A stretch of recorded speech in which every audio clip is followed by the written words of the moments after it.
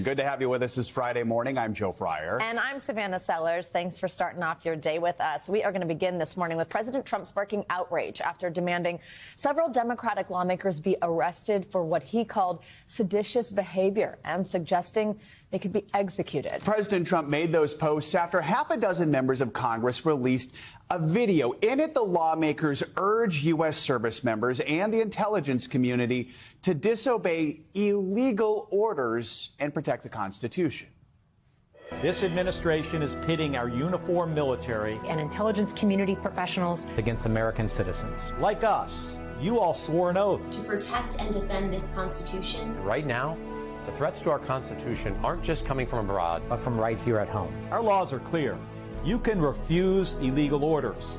You can refuse illegal orders. The lawmakers did not specify which orders they were talking about.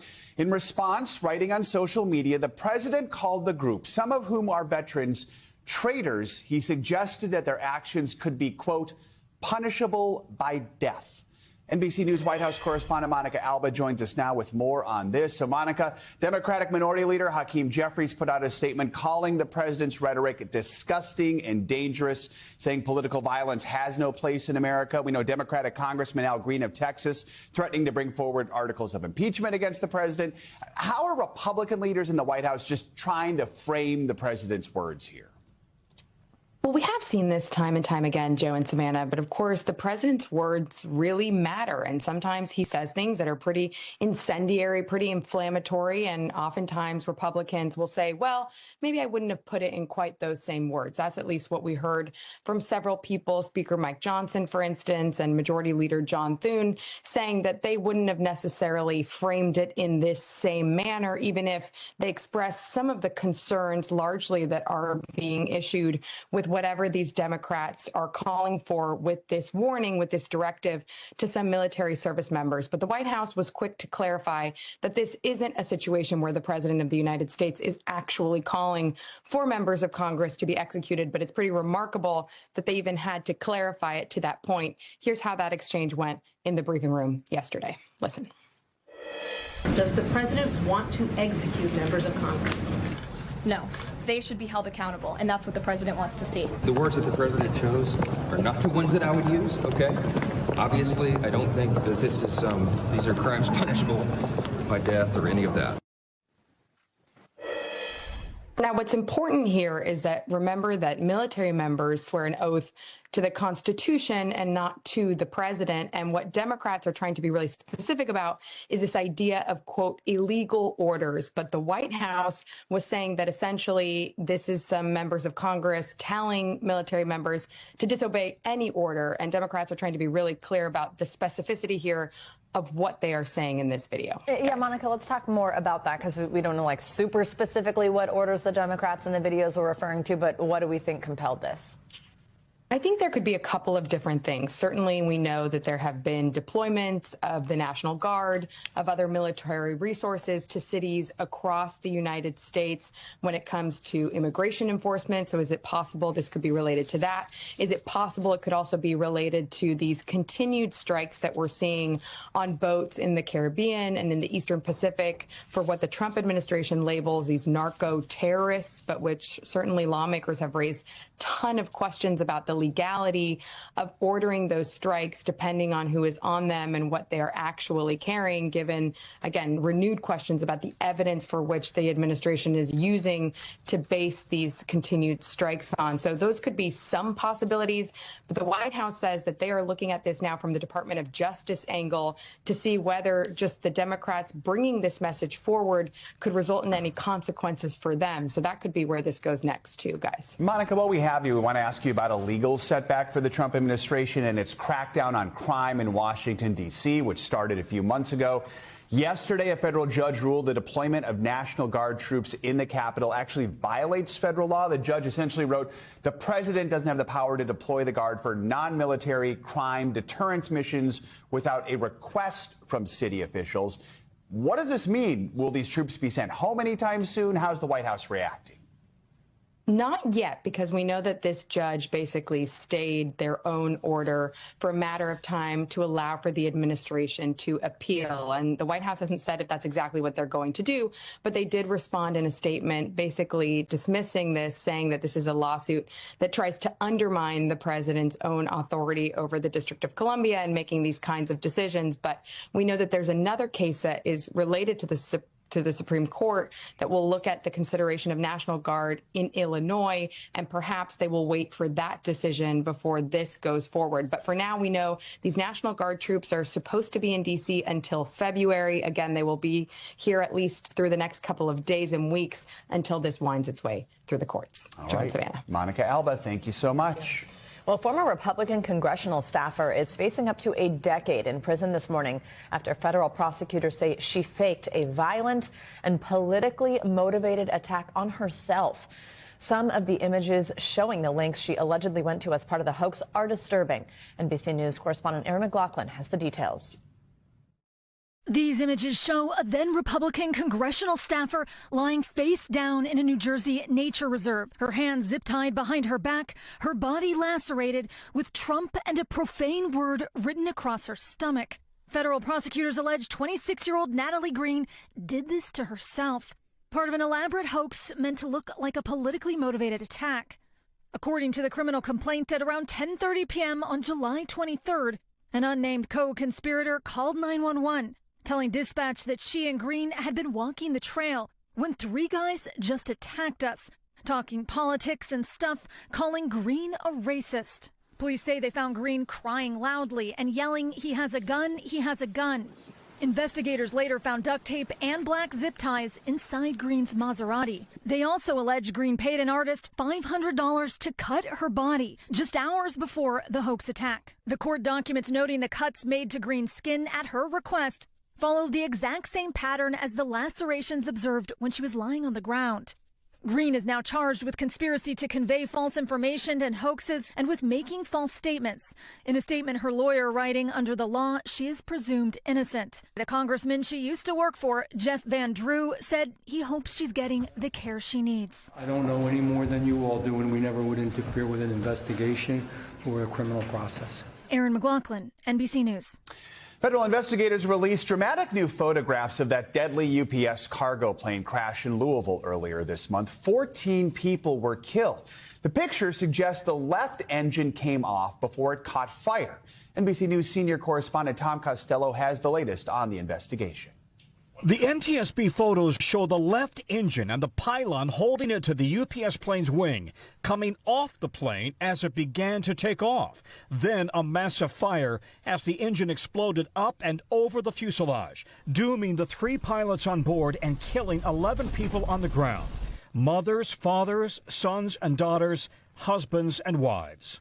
This might be the toughest Thanksgiving that their families have ever been through. In the plane's remains, the NTSB says investigators found fatigue fractures in the pylon structure holding the engine to the wing. There and there with green arrows.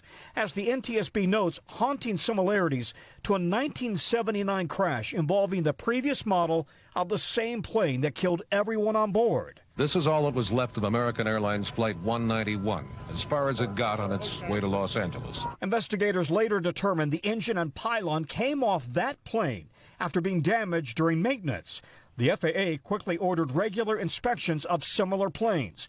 The UPS plane that crashed in Louisville, built in 1994, went through routine maintenance in October, but wasn't yet due for a heavy, detailed pylon inspection. The similarity of the engine and pylon coming off the wing is too obvious just to ignore. But the details of how that happened, well, that's something the NTSB is going to be challenged.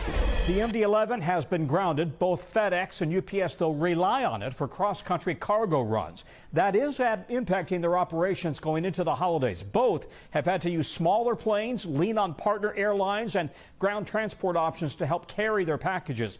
That is delaying some shipping already, but they both hope to be operating normally as they get closer into Christmas. Back to you. All right, Tom, thank you. Well, AAA estimates a record 82 million Americans are expected to travel more than 50 miles during Thanksgiving week.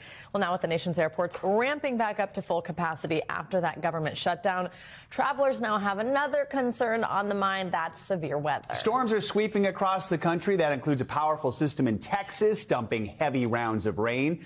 The bad weather threatening to create chaos for folks who are getting ready for the busiest travel week of the year. For more, let's bring in NBC News correspondent Maggie Vespa. She's at Chicago's O'Hare Airport. She joins us with the latest. Maggie, good morning. I mean, how's it going so far this morning? Really just the early jump on Thanksgiving, right? But what you see in there? Any delays? Is it crowded? For sure, guys, it is crowded, I can tell you. Of course, we're barely off and running, but things definitely here. The lines are long. The crowds are larger than what we normally see, but they seem to be moving along relatively well. I just checked FlightAware's misery map. Delays and cancellations relatively low here in Chicago. No surprise, given the video that you just showed. The biggest impact right now at the airport in Dallas, where those torrential rains and flash floods really hit overnight. So we'll see how that kind of plays out through the rest of the day. But so far, nationwide, things relatively well, just kind of given that sore spot there. I remember when people used to leave for Thanksgiving on Wednesday. Now it's like Friday, 5 days before, and the airports are packed. It's unreal. So, I mean, here's the big thing, Maggie. They're dealing with severe storms sweeping across the country. How much should travelers worry about the potential for weather delays in the coming days? You know, they should definitely take it into account. I don't know if we would go so far as to say worry about it. Officials have stressed that they, meaning airport officials and all four major airlines, United, American, Southwest, Delta, all say they're ready to handle the holiday surge. And of course, when they say that, that means they're taking into account this potential for severe weather, right? That can always throw a major wrench in things. We've seen it before, but they've told us they're back up to normal staffing levels. Given everything that's happened over the last few weeks, they said it wouldn't be a bad idea if people wanted to get to the airports even earlier than they normally do, like 3 hours early instead of 2. But really, the airlines and airports have said they're ready. They had seen the forecast. They know things like this can happen. Still, they're just asking people to take a little bit of extra caution. Worry, though, maybe a step too far given what we've heard. But of course, we'll see. What's the best advice, Maggie, if you're flying over the next few days? Getting there extra early is kind of the key one. That's different from years past that we've heard. Also, of course, all the old standbys, downloading your airlines app, signing up for the alerts. A couple of industry analysts that we spoke to, so not anyone who has to worry about representing the airlines or the airports well, they said, you know, it wouldn't hurt to keep a carry-on with basically an extra change of clothes specific to where your connection is. So if like you're flying to Hawaii or something, but you're connecting through Chicago and you get stuck, you don't want to be in shorts and a Hawaiian shirt basically overnight. So just keep that in mind if you have that connection, and maybe just plan accordingly. Play it extra safe, they said. That is great advice. Know the layover weather and hope you get to Hawaii. While we have you, while you're at an airport, we do want to ask you about a holdover from the shutdown. The Trump administration issuing bonuses to air traffic controllers who maintained perfect attendance during that 40-day shutdown. How much money are we talking about here, and when could these air traffic controllers get these bonuses?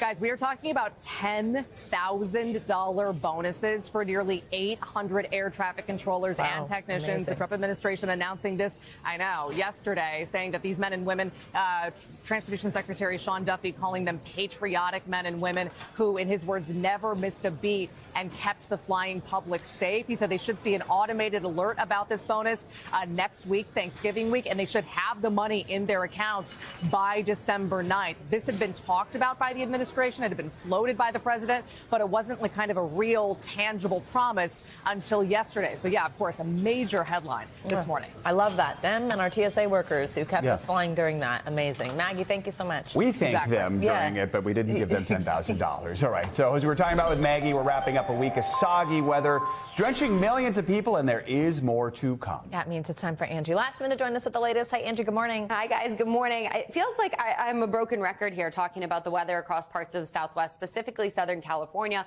We once again are waking up to some wet weather. We've still got the potential for some flooding, so no surprise that we're seeing these flood watches remain this morning. Some of them stretching into parts of Southwest Arizona. You can see just to the east of Indio included in that for California. And then the LA area, we do actually have a flash flood warning in effect there as of right now. And you can see why. We're spinning in more of this moisture, and it kind of just hangs around through the day today. It's a quick mover, so it'll take its time as it works towards Arizona today as far as that system is concerned. And the flood threat will remain, specifically concerned about those desert areas today. By tomorrow, a lot of that moisture is going to be over the Baja Peninsula, but we're still, again, going to see some of that kind of drift up into portions of southern Arizona. Notice Southern California looks a little drier, so we'll get a little bit of a break. But even still, between now and tomorrow, we'll see those highest amounts centered across parts of southeastern California and southwestern Arizona, up to an inch, maybe some isolated amounts a little higher than that.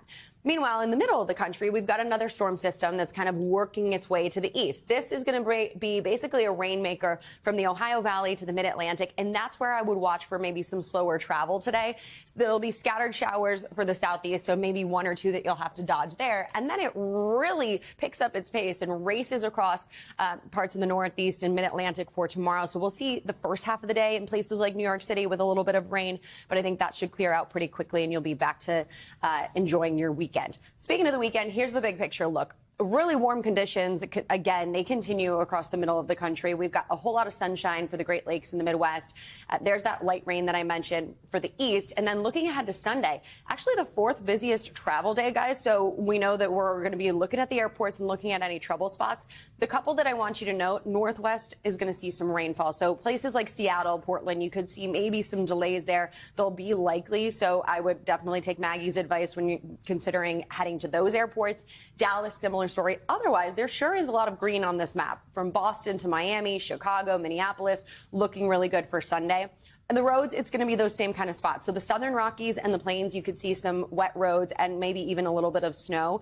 And then similar story along I-5 across parts of the Pacific Northwest. You'll see some of those likely delays on the roadways. It'll take you a little longer to get where you're going. And we kind of keep that going as we look ahead into Wednesday. I know I've skipped a couple days, but again, another busy travel day. Wednesday, you can see a lot of rain across the east. And then as we look at those airports, it's going to be Boston to Atlanta that we watch. But it just looks like rain right now. So I'm not too concerned, but we know how the snowball effect works with things like this, weather delays. And it looks like if you do end up in Chicago with your shorts and a Hawaiian shirt, it's actually not maybe tolerable. You might be okay. Right, you won't need your parka. All right. Very good. Thank you, Angie. Thank you. All right, well, with a few very notable exceptions, U.S. leaders from across the past few decades gathered in Washington on Thursday for the funeral of former Vice President Dick Cheney. While he was a powerful and polarizing figure when in office, friends and family from both sides of the political aisle gathered to honor his legacy. NBC News Chief Washington correspondent Andrea Mitchell has a look at how he was remembered. At the National Cathedral, a bipartisan farewell for Dick Cheney, perhaps the most powerful vice president of modern times, and also controversial. Chosen by George W. Bush to select a running mate in 2000, he then got the job. I realized the best choice for the vice president was the man sitting right in front of me. His last act, uniting 2 former presidents and 4 former vice presidents from opposing parties, including Kamala Harris, whom Cheney endorsed over President Trump. Neither President Trump nor Vice President Vance were invited. Trump has not commented. This from Vance. We certainly wish his family all the best in this moment of grieving. Cheney's daughter Liz, who lost her congressional seat after investigating the attack on the Capitol, said her dad always put country over party. For him, a choice between defense of the Constitution and defense of your political party was no choice at all. After 9/11, Cheney faced fierce backlash for supporting the U.S. invasion of Iraq. The belief that Saddam Hussein had weapons of mass destruction proved wrong. This was a vice president totally devoted to protecting the United States and its interests. There was never any agenda or angle beyond that. Cheney's Pentagon spokesman, our former colleague Pete Williams, described how Cheney treated his aides. When the boss that you serve cleans up after your mistakes, you can bet that inspires loyalty. Both men from the same town in Wyoming. Pete also recalled if he had gone fishing with Cheney and said 10 words all day, Cheney would have said he talked too much. Oh, Andrea, thank you so much. Great tribute from our colleague Pete Williams. All right, much more to come here on Morning News Now. Later this hour, The bidding war has begun for Warner Brothers Discovery. Three major rivals now officially in the running to try and buy the entertainment giant. We're going to bring you the latest. Up first, though, new developments in a case that's sort of become the center of America's deportation battle. We'll be right back.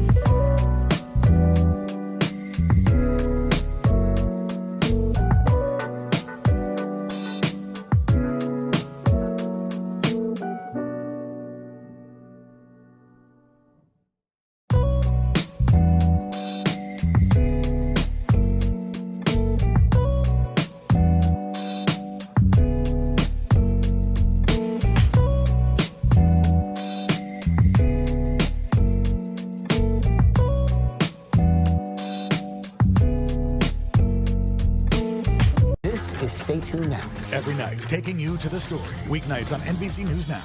Stay on top of breaking news and the biggest stories of the day with NBC News Daily. Get in-depth reporting from across the country and around the world, and ways you can take care of your health and your wallet. NBC News Daily. Weekdays from 12 to 4 on NBC News Now. It's your news playlist. Top Story with Tom Yamas. Weeknights at 7 on NBC News Now. NBC News Daily.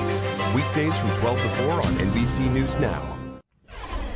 Welcome back. Border Patrol agents have concluded their immigration enforcement operations in Charlotte, North Carolina, according to the Mecklenburg County Sheriff's Office. The Department of Homeland Security says agents arrested more than 250 people in dramatic and chaotic scenes that sparked fear and forced many businesses to close. A senior DHS official has told NBC News that agents are planning to head to New Orleans next, with operations expected to start after Thanksgiving. In other immigration news, a federal judge in Maryland could be on the verge of releasing Kilmar Abrego Garcia from ICE custody. Abrego had been living in Maryland with his wife and children when he was deported to El Salvador. Despite a court order barring that, he was eventually brought back to the U.S. He's become really a symbol of the Trump administration's immigration crackdown. An evidentiary hearing was held yesterday on Abrego's potential deportation, but a top ICE official testifying struggled to answer the judge's questions about the case. Abrego has been held in a Pennsylvania detention center for 3 months. NBC News legal affairs reporter Gary Grumbach joins us now with the latest on this. So, Gary, walk us through what happened during yesterday's hearing on this potential deportation and why the judge could end up releasing Abrego. Yeah, well, Joe, it appears the Trump administration has no real imminent plans to actually deport Kilmar Abrego Garcia from the United States to a country that is A, willing to take him, or B, that Abrego doesn't say he has a fear of going to, that he would be potentially tortured or persecuted if he went there. The Trump administration has tried to send Abrego to Uganda. They said no. They tried to send him to Ghana. They said no. Tried to send him to Eswatini. They said no. They tried to send him to Liberia. That is a country that Liberia was willing to welcome him, but Abrego said he was going to face torture or potential persecution if he went to that country. Costa Rica did seem like a country that was going to be okay for all parties, but suddenly the Trump administration does not want to send him to Costa Rica, and the judge yesterday couldn't get any answers why. So because of that, Judge Zenas may very well order Kilmar Abrego Garcia released from ICE custody, because ICE custody is not supposed to be a punitive long-term place for him to be. It's supposed to be a temporary holding facility. Guys? We know he has a criminal trial coming up in Tennessee in January. Tell us about that. Yeah, so if he is released from ICE custody, he will not just be a free man here in the state of Maryland. He will be under strict conditions of release, and that's because of that trial in January in Tennessee. He's being charged with several counts of human smuggling related to a 2022 traffic stop there. But he would be under conditions of release in Maryland that essentially don't let him leave his brother's house unless he's going to work or another essential service, guys. Gary, because this case is such a flashpoint, we saw protests outside the court in Maryland yesterday. Tell us more about who was there and what we heard from them. We have seen this group of protests at every single one of these Kilmar Abrego Garcia hearings since this all began back in March. We're talking more than a dozen now. We've seen members of the community, state lawmakers, national lawmakers gathering in support of Kilmar Abrego Garcia. Here's what one of them had to say. We are here to stand with his family, to say that in Maryland, we not only stand up and stand with immigrant communities, but if you're going to come and terrorize immigrant communities, our neighbors, you're going to have to come through us first.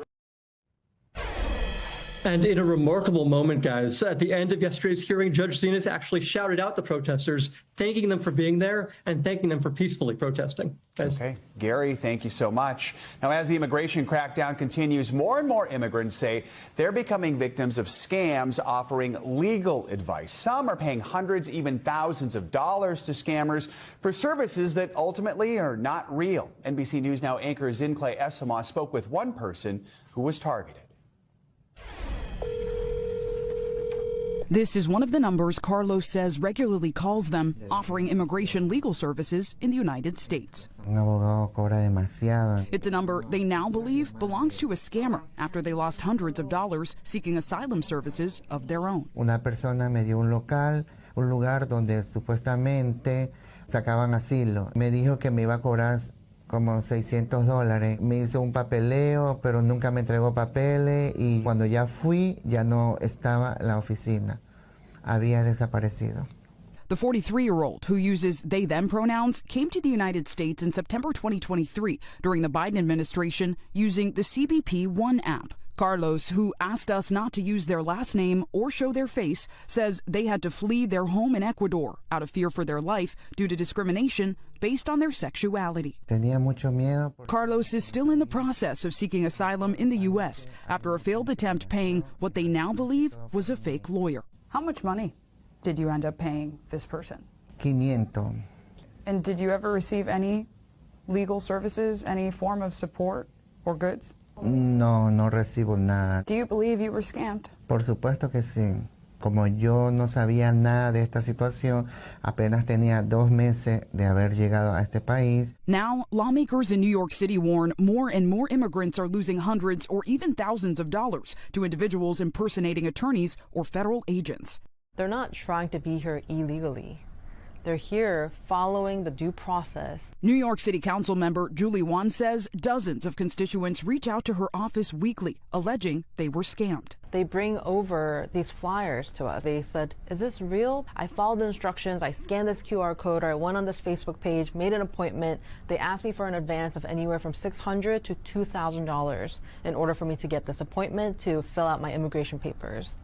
And I paid them, and when I showed up to this office, nobody was there. Amid the rise in complaints, Juan proposed and ultimately passed a New York City law doubling the penalties for fake immigration legal services from $3,900 to $20,000 for scammers with multiple violations. It comes as in New York City alone, immigration-related scams rose by 27% last year, according to the Department of Consumer and Worker Protection. An NBC News investigation finding reports of fraudulent immigration lawyers and federal agents appearing in at least 30 states across the country.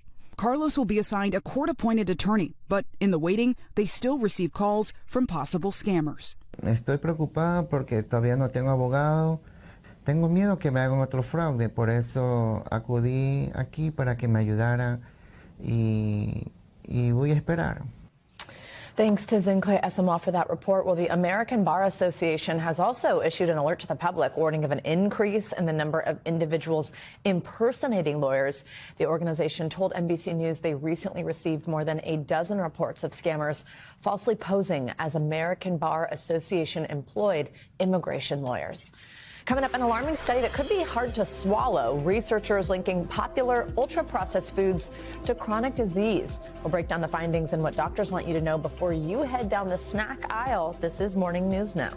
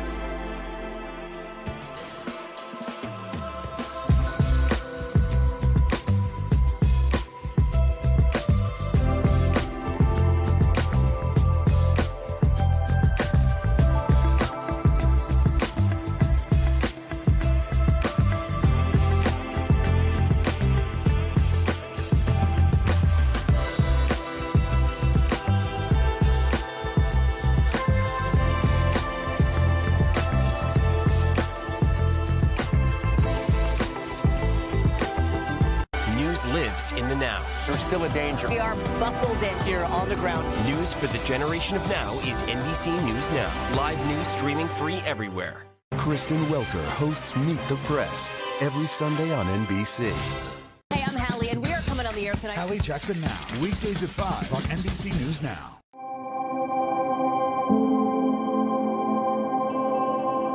Listen to full episodes of Meet the Press wherever you get your podcasts. We're back with a stark warning published in one of the world's leading scientific journals that says ultra-processed foods now pose a massive threat to global health and well-being. This was in a series of 3 papers. It's published in The Lancet. The study found ultra-processed foods, UPFs they're also called, are linked to harm in every major organ system. The evidence was reviewed by 43 of the world's leading experts. The studies conclude that food companies are putting profit over well-being, which is leading to a concerning rise in diet trends that can have a serious impact on our overall health. Let's bring in our friend, NBC News medical contributor, Dr. Natalie Azar, for more on this. Dr. Azar, good morning. Okay, I'm so interested in this. I feel like UPFs, ultra-processed foods, have almost become this like buzzword, but for good reason. We need to understand what they are, what it's doing to put in our body. So first, can you help us understand what is an ultra-processed food? Why are they so bad? Absolutely. So as the name implies, ultra-processed foods are foods that are meant to be, first of all, have a very, very long shelf life. So if you just think of anything that you have to open in a package, you can already assume that there's going to be some degree of processing in there. But I think just sort of the take home here, ultra processed means usually very highly palatable. That means it's going to taste really good, high in sugar, salt, saturated fat, and very, very low in fiber, as well as all those important macro and micronutrients, vitamins, and minerals. So just by their very nature, they are typically very nutritionally void foods, and that is what is thought to be contributing to the chronic disease epidemic. One quick follow-up, Dr. Azar. I know that sometimes what confuses me is not all processing necessarily is bad. I think, is it maybe almost like we can use our best judgment, for example, non-fat Greek yogurt was processed to get the fat out. I'm thinking that's kind of in the column of good for you versus Snickers and chips are not. Yes. Yeah, and that's why you're going to hear some pushback, which, to be honest, I don't think is totally sincere. But yes, of course, if you have frozen broccoli in the freezer, that has been processed. That is absolutely fine. And any nutritionist will tell you that it's fine to eat frozen vegetables from the freezer. And your example of non-fat Greek yogurt is exactly that. But the things that we all know, obviously, Savannah, chips and sodas and things like that, and highly processed meats, that's really what we're concentrating on here. Okay, good to know. Also, I mentioned this really gets your attention that they harm every major organ system. What are they doing to our bodies? What's happening internally because of UPFs? So think about it, what I just said about how the nutritional content of ultra-processed foods generally, again, the ones that we're talking about that are particularly high in saturated fat and salt and sugar, they just don't have any nutritional value. And over time, all of those different chemicals and compounds and things like that can lead to chronic inflammation, which ultimately can lead to chronic disease. We talk a lot about what diseases are associated with ultra-processed foods. We're talking about all the metabolic diseases like heart disease and type 2 diabetes, certain cancers, for example, colorectal cancer, being associated with highly processed meats that, especially meats, that has been designated as a carcinogen for years by the World Health Organization. And so that's really the concern here, is that you're ingesting all of these foods that have no nutritional value that down the line can increase the risk for these chronic diseases, Savannah. One of the things that came out of these papers, doctor, and it makes sense, right, is that this isn't just on us to not pick those things at the grocery store. We need government intervention. We need help with what's able to even be produced and put on our shelves in the first place.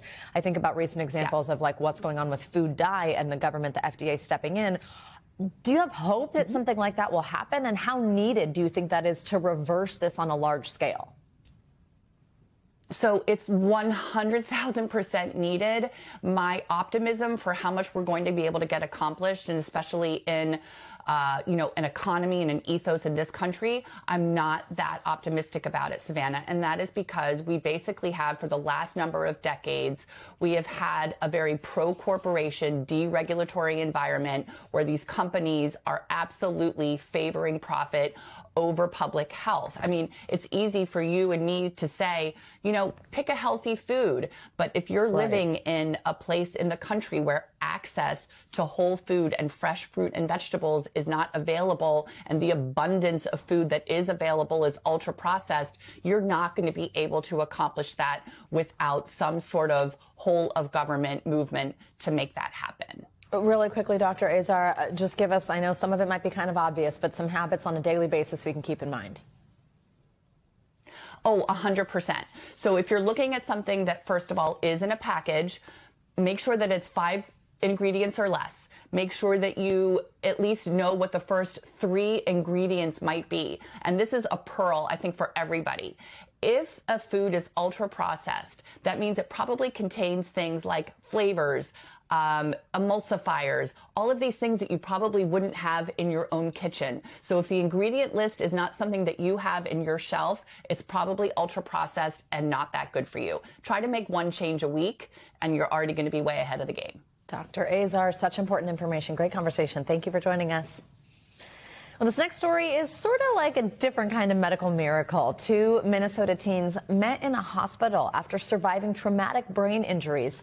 And in a romantic twist, with a little help from moms turned matchmakers, their scary road to recovery led to a fairy tale ending.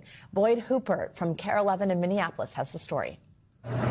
7 years ago, they arrived at Regions Hospital as strangers. Zach Zarembinski in one ambulance, Isabel Richard in another. Mine was October 27th, and yours was November 5th. Isabel's journey started at 16 in this mangled car. Zach's at 18, making tackles for his high school football team. I just was like praying. Both moms told their children might not survive. She had shards of glass still in her hair, and she was unconscious. Zach spent 9 days in a coma.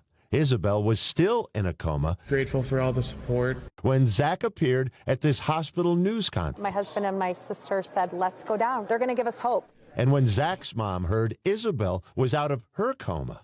We're going. Yeah, we're going. Said a couple kind words to Isabel, and that was it for 6 years. But not it for moms, Tracy and Esther. We stayed in touch on Facebook. But it took the moms getting the families together for dinner. I asked her for her phone number. Which led to this first date, which led to this. I love you. I love you too. Which brings us back to the hospital. And two families tipped on what's about to happen around the corner. I just have a question for you. Will you marry me? Yes. I love you so much. I love you too. Two lives that intersected in the worst of times are now paving the way for the best. It's just like sorrow to joy. Yes. For NBC News, Boyd Huppert, St. Paul, Minnesota. Okay, I'm not crying, you're crying. That was so sweet. Coming up, deals or duds, growing concern as the trade war continues that those big Black Friday discounts we're used to seeing won't be happening this year. What shoppers need to know. And Zip It Good, the new look for one of the oldest forms of fashion hardware. Don't zip away. Morning News Now. We'll be right back.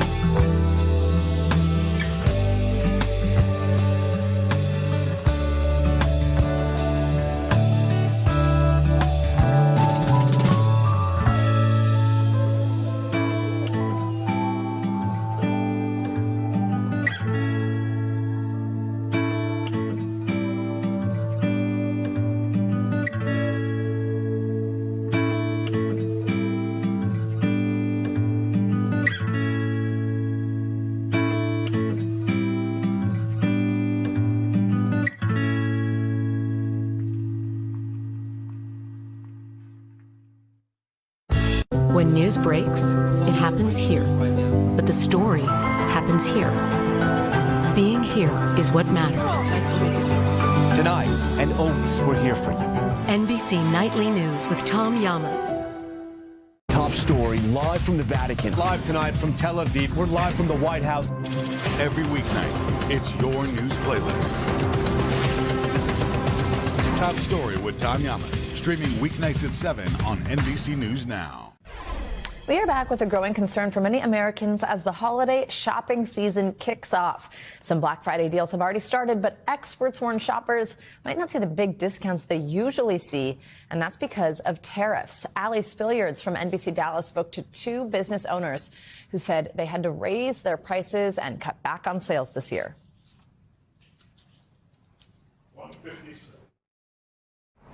If you're starting to plan your holiday shopping, you should know that consumer experts say Black Friday is going to look a little different this year.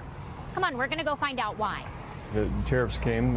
I think everyone didn't know what was coming next. We were negotiating with our factories, trying to lower costs on that end, and then also raise costs a bit for our customers to help mitigate the overall price we had to pass on. That's Jeremy and Lila Stewart. So this is our amazing slipper line. The founders of Dallas-based flip-flop brand Hari Mari.